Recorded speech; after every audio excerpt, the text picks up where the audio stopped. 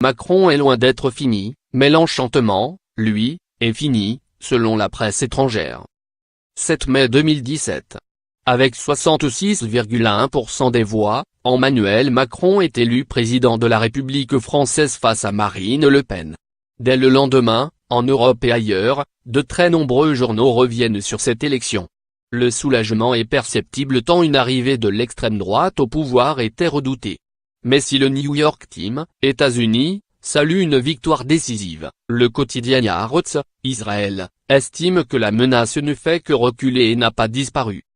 Lire aussi, la présidentielle vue de l'étranger, une victoire pour la France et l'Europe. En Allemagne et en Italie, les unes tournent toutes autour du même sujet. L'Europe respire Süddeutsche Zeitung, l'Europe évite le cauchemar Frankfurter Allgemeine Zeitung, le sauveur de l'Europe dit Zeit, Macron, le tournant pour l'Europe la Repubblica, triomphe de Macron pour l'Europe la Stampa, Macron, une victoire pour la France et pour l'Europe Corriere della Sera. De son côté, la presse britannique observe l'élection française à l'aune du Brexit. Macron avait prévenu que le Royaume-Uni ne devrait attendre aucune concession sur les négociations du Brexit s'il était élu, rappelle Indépendant, tandis que Today Telegraph estime que le nouvel espoir de la France fait planer un nuage sur le Brexit. À l'issue des élections législatives, Le Temps, Suisse, rapporte une nette victoire de la REM et juge qu'Emmanuel Macron a bel et bien réussi à transformer la France. Le journal concède que ce score n'est pas le plébiscite annoncé mais estime qu'il confirme le bouleversement complet de la vie politique hexagonale.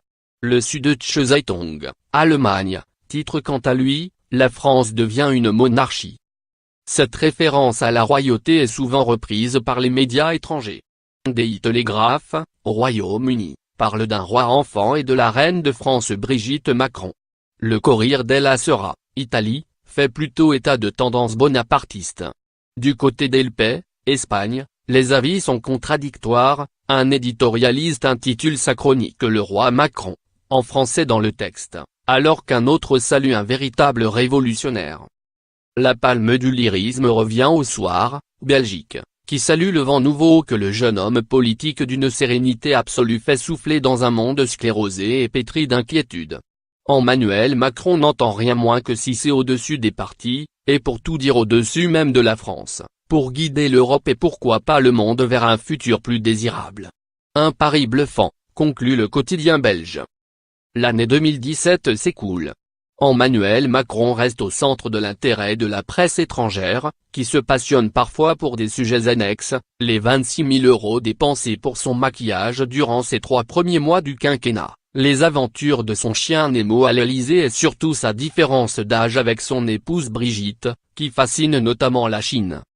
Pour les 6 mois au pouvoir du 8e président de la 5e République, le célèbre magazine américain Time lui consacre même sa couverture, le 9 novembre, le prochain leader de l'Europe. À condition qu'il arrive à diriger la France. La journaliste du Time décrit un président étonnant jeune et érudit, qui parle un excellent anglais, chose très rare pour un leader français, et qui suscite un certain dynamisme en France. Les 40 ans de Macron, le 21 décembre 2017, sont également l'occasion pour plusieurs journaux étrangers de mentionner ce président à toute vitesse, selon Berlingske, Danemark. Et, fin décembre, El Mundo, Espagne, nomme même le tout juste quadragénaire homme de l'année. Impérial, le président accumule pouvoir et influence, souligne le quotidien, mais reste à voir si les résultats de son mandat seront à la hauteur de ses énormes ambitions. À l'approche de l'anniversaire de l'élection, plusieurs médias étrangers reviennent sur l'année au pouvoir de Macron. Certains, comme le Financial Times, lient cet événement aux interviews accordées à Jean-Pierre Pernaut, Jean-Jacques Bourdin et Edoui Plenel. C'est comme si le président, pour célébrer son premier anniversaire au pouvoir, avait voulu offrir un combat de catch à ses électeurs, écrit le journal économique. Même si le dirigeant français dispose encore d'une image forte à l'international, l'effet de nouveauté semble quelque peu passé. La magie perdue d'Emmanuel Macron, titre ainsi le Corriere della Sera. Il y a un an, Emmanuel Macron a stupéfié le monde, mais maintenant le vent a tourné, et au lieu de souffler dans le dos du président, il lui arrive en plein visage. Macron est loin d'être fini.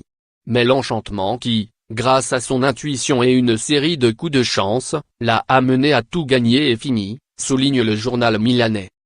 De même, Politico Europe considère que la longue lune de miel entre le nouveau président français et une Europe sous le charme a pris fin, cédant la place à la dure réalité du jeu politique qui commence à révéler les limites de la révolution libérale à la Macron. Et le média en ligne d'Asséné, Emmanuel Macron sait maintenant qu'il était plus facile de devenir le président français à 39 ans que de réformer l'Europe.